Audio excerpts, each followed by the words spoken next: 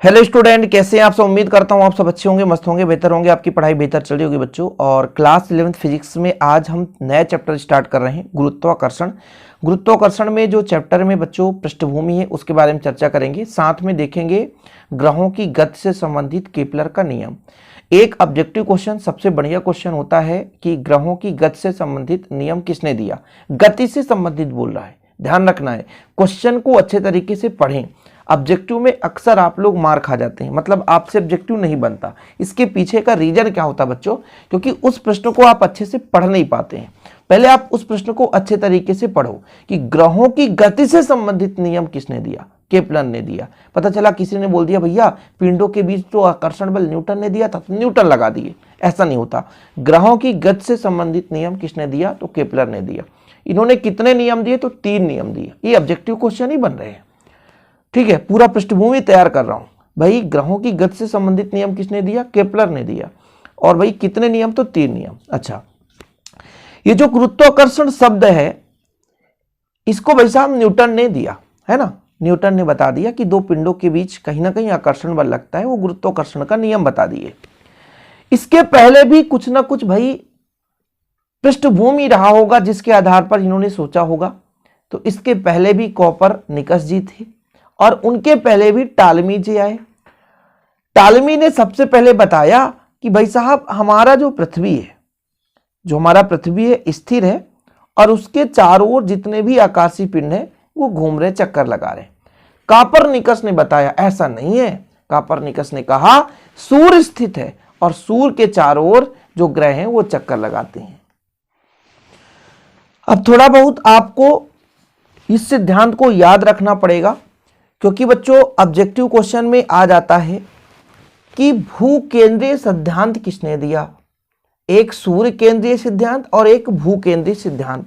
तो सबसे पहले मैंने कहा कि भाई साहब ये जो टालमी थे, ये टालमी साहब थे, इन्होंने बताया कि पृथ्वी हमारा स्थिर है, पृथ्वी हमारा स्थिर है और इसके चारों ओर जो है वो पिंड क्या करते हैं, चक्कर लगाते हैं। तो फिर आपसे यदि कोई ऑब्जेक्टिव क्वेश्चन में पूछ दे कि भूकेंद्रीय सिद्धांत किसने दिया, तो आप कहोगे टालमी ने दिया। इन्होंने एक पुस्तक लिखी थी, उस पुस्तक का नाम था एल्मागेस्ट। क्या नाम था बच्चों, एल्मागेस्ट। ये उनका पुस्तक था। उन्होंने अपने पुस्तक में लिखा कि भाई पृथ्वी स्थिर है और पृथ्वी के चारों ओर जो ग्रह हैं, जो पिंड हैं, वो चक्कर लगाते हैं, ठीक है। लेकिन बाद में इनका सिद्धांत परिवर्तित हो गया। हमारे भाई साहब आए निकोलस कोपरनिकस। किसने, निकोलस कोपरनिकस, जो 1543 में पोलैंड के खगोलीय विज्ञानी थे। 1543 में उन्होंने कहा कि टालमी साहब जो सिद्धांत दे गए हैं कि पृथ्वी स्थिर है, उसके चारों ओर पिंड चक्कर लगा रहा, वो बिल्कुल गलत है। उन्होंने कहा कि सूर्य स्थिर है, सूर्य के चारों ओर जो हमारा अन्य ग्रह है या हमारा पृथ्वी है वो परिक्रमा करता है। अन्य ग्रह जितने हैं वो भी परिक्रमा करते हैं और जो हमारा भाई पृथ्वी है वो भी सूर्य के चारों ओर परिक्रमा करता है। तो यदि ऑब्जेक्टिव क्वेश्चन आपसे पूछा जाए कि भूकेंद्रीय सिद्धांत, तो भाई साहब टालमी साहब ने दिए। यदि क्वेश्चन पूछा जाए कि सूर्य केंद्रीय सिद्धांत किसने दिया, तो निकोलस कोपरनिकस ने दिया। समझ रहे हो। तो ऐसे सिद्धांत यदि पूछे जाएं तो फिर ऑब्जेक्टिव क्वेश्चन में बनना चाहिए। इसके बाद ये जो सूर्य केंद्रित सिद्धांत था बच्चों, इसके लिए टालमी साहब आए, सॉरी टालमी नहीं, गैलीलियो साहब आए, इनका अनुमोदन किए, बिल्कुल सही है। इसके बाद सर आइजैक न्यूटन ने कहा कि हाँ भाई ये बिल्कुल सही है कि जो हमारा सूर्य है वो स्थिर है, सूर्य के चारों ओर ग्रह और पृथ्वी परिक्रमा कर रहे हैं, ठीक है। इसी से संबंधित फिर आगे हमारे केपलर साहब, और केपलर साहब ने ग्रहों की गति संबंधित नियम दे दिए। क्या बच्चों, केपलर साहब आए और ग्रहों से गति संबंधित नियम दे दिए। चीजें क्लियर है।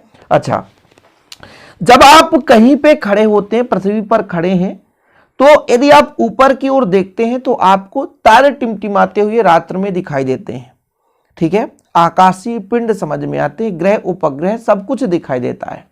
इस संपूर्ण समायोजन को हम आकाश गंगा कहते हैं। जो दूध की नदी सदृश दिखाई देने वाली आकृति होती है वो आकाश गंगा कहलाती है। और आकाशीय पिंडों को अध्ययन करने का जो विज्ञान है वो खगोल विज्ञान कहलाता है। लिख लो आप लोग, ये बहुत महत्वपूर्ण है। आकाशीय पिंडों के अध्ययन करने वाले विज्ञान को क्या बोलते हैं? एस्ट्रोनॉमी। क्या बोलते हैं बच्चों? एस्ट्रोनॉमी। ये देखो ऑब्जेक्टिव क्वेश्चन ऐसे ही बन जाते हैं, इसलिए मैं सोचता हूं आपको बता दूं। एस्ट्रोनॉमी क्या बच्चों?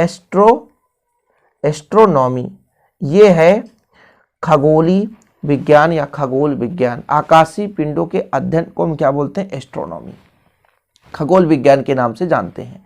और आकाशगंगा, दुनिया की जो भी चीजें हमें दिखाई देती है, हम जो आकाशगंगा है उसका नाम मिल्की वे बोलते हैं बच्चों इंग्लिश में। तो जो भी संपूर्ण चीजें ऊपर की दिखाई देती है, जो चाहे हम तारामंडल की बात करें, सौर मंडल की बात करें, जो ग्रह उपग्रह पिंड की बात करें, वो सब कुछ आकाशगंगा है। आकाशीय पिंडों का अध्ययन करते हैं वो खगोल विज्ञान कहलाता है, एस्ट्रोनॉमी के नाम से जानते हैं। कोई दिक्कत तो नहीं आता? क्लियर? तो टॉलमी के बुक का नाम क्या था बच्चों? एल्मागेस्ट, लिख लिया होगा आपने। भू केंद्रित सिद्धांत टॉलमी ने दिया, सूर्य केंद्रित सिद्धांत कोपरनिकस ने दिया। ठीक है, कोई दिक्कत तो नहीं है? चलो, ग्रहों की गति संबंधित नियम किसने दिया? केपलर ने दिया। ये पृष्ठभूमि आपको तैयार रखना पड़ेगा। चीजें क्लियर? आगे चलते हैं। तो केपलर ने पहला नियम ये बताया कि प्रत्येक ग्रह जो होते हैं सूर्य के परितः दीर्घ प्रत्येक कक्षा में परिक्रमा करते हैं और सूर्य इसके एक नाभि पर होता है। भाई कोपरनिकस ने ये बताया था, ये क्लियर नहीं बताए थे कि भाई इस प्रत्येक कक्षा पे ही चक्कर लगाते हैं। उन्होंने बताया कि सूर्य स्थिर है, बाकी जो पिंड ग्रह उपग्रह हैं उनकी चक्कर लगाते हैं, गति करते हैं, लेकिन सूर्य स्थिर है। अब केपलर साहब आए, उन्हीं के नियम को मॉडिफाई कर दिए। यही चीज तो होता था, मेहनत किसी और ने किया, फायदा किसी और ने उठा लिया।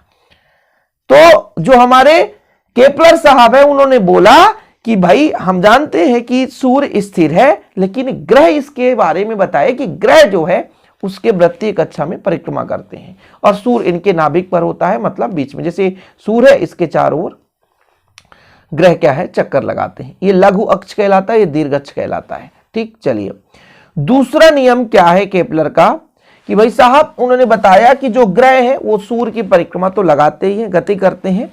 तो किसी भी ग्रह को सूर्य से मिलाने वाली काल्पनिक रेखा समान समयांतराल पर समान क्षेत्रफल तय करती है।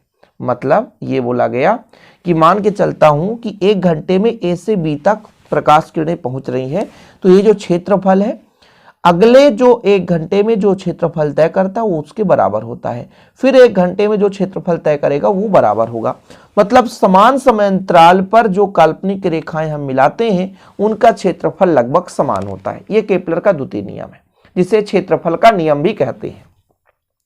केपलर ने क्या बताया कि सूर्य से प्रकाश किरणें आती हैं, बिल्कुल सूर्य से आएगी प्रकाश किरण, पृथ्वी तल तक पहुंचेगी और एक साथ तो हर जगह पहुंच नहीं पाती। आप लोग कभी प्रैक्टिकली देख लेना कि सूर्य की प्रकाश भी जाती हुई नजर आ रही, हाँ यार प्रकाश किरणें ऐसे जा रही है, समझ रहे हो? तो इसका कारण है पृथ्वी के हर भाग में एक साथ सूर्य की प्रकाश किरणें पहुंच ही नहीं पाती, तो धीरे धीरे करके यदि पहुंच रही, तो यदि किसी ग्रह में पहुंच रही है तो ये बोला गया कि जो भी हम काल्पनिक रेखा यदि खींच दें कि हाँ प्रकाश किरणें यहां से यहां तक 1 घंटे पहुंची, फिर 1 घंटे में यहां से यहां तक, फिर 1 घंटे में यहां से यहां तक, तो भैया समान यदि समयांतराल है तो उसका जो क्षेत्रफल होता है लगभग समान होता है। मतलब जो भी काल्पनिक रेखाएं हैं वो जो है समान समांतराल पर समान क्षेत्रफल तय करती है। यानी कुल मिलाकर के जो सूर्य से प्रकाश किरणें आती हैं वो समान समांतराल पर समान क्षेत्रफल तय करती है।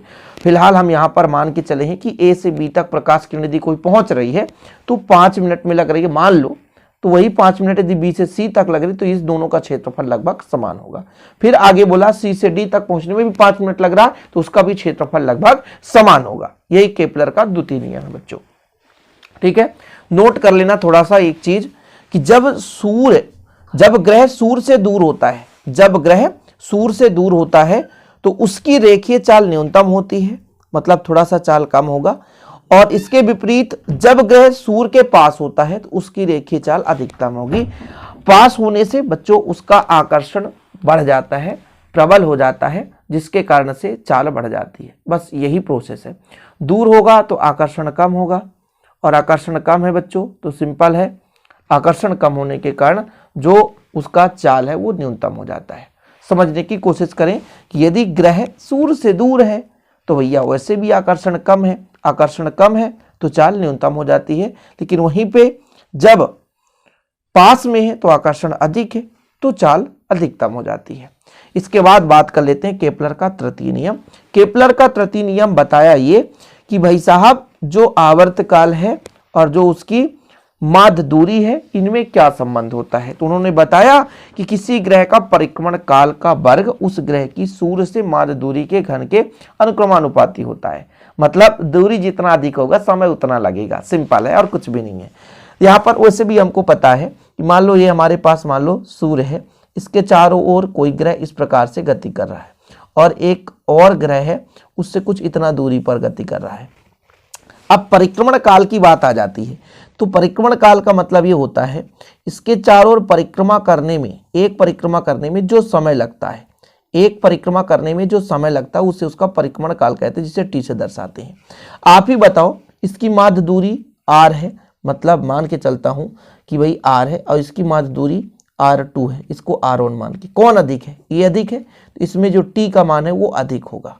अधिक होगा कि नहीं होगा भैया? इसके t का मान अधिक होगा। कारण है भाई क्या बोला गया, परिक्रमण काल क्या है, पहले आप एक कॉन्सेप्ट समझो। परिक्रमण काल ये है बच्चों कि मान लीजिए कोई ग्रह किसी पिंड के चारों ओर वृत्तीय कक्षा में या दीर्घवृत्तीय कक्षा में परिक्रमा करता है, तो एक परिक्रमा करने में जो समय लगता है, एक बार परिक्रमा करेगा जो समय लगेगा बच्चों, उसे हम बोलते हैं उसका परिक्रमण काल। क्या बोलेंगे? परिक्रमण काल। तो एक चक्कर लगाने में जो उसको समय लगता है उसे उसका परिक्रमण काल कहते हैं। तो ये बताया गया कि ये दूरी और परिक्रमण काल, मतलब जिसकी माध्य दूरी अधिक होगी उसका परिक्रमण काल भी अधिक होगा। इसलिए बोला गया जो माध्य दूरी का वर्ग है ये t² के समानुपाती है, यानी किसी ग्रह का परिक्रमण काल का वर्ग उस ग्रह के सूर्य से माध्य दूरी के घन के अनुक्रमानुपाती होता है। दूरी जितना होगा परिक्रमण काल उतना ही अधिक होगा। ठीक है, तो ये भैया हमने कहा किसी ग्रह के परिक्रमण काल का वर्ग उस ग्रह की सूर्य से माध्य दूरी के घन के अनुक्रमानुपाती होता है। और यही बच्चों आपका केपलर का तृतीय नियम है। उम्मीद करता हूं समझ में आ गया होगा।